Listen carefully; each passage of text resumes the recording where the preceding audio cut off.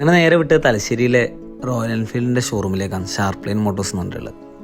അതിലന്ന് ഞാനൊരു ബൈക്കിൻ്റെ ലോഞ്ചിങ്ങിന് പോകാൻ വന്നത്. അതുകൊണ്ട് തന്നെ ഭയങ്കര സന്തോഷം ഉണ്ടായിരുന്നു എനിക്ക്. അങ്ങനെ അവിടെ എത്തി. അപ്പോഴത്തേക്കന്നെ അവർ വണ്ടി ലോഞ്ച് ചെയ്യാനുള്ള എല്ലാ സെറ്റപ്പും ചെയ്തിട്ടുണ്ടായിരുന്നു. അങ്ങനെ ഞാൻ വണ്ടി ലോഞ്ച് ചെയ്ത്.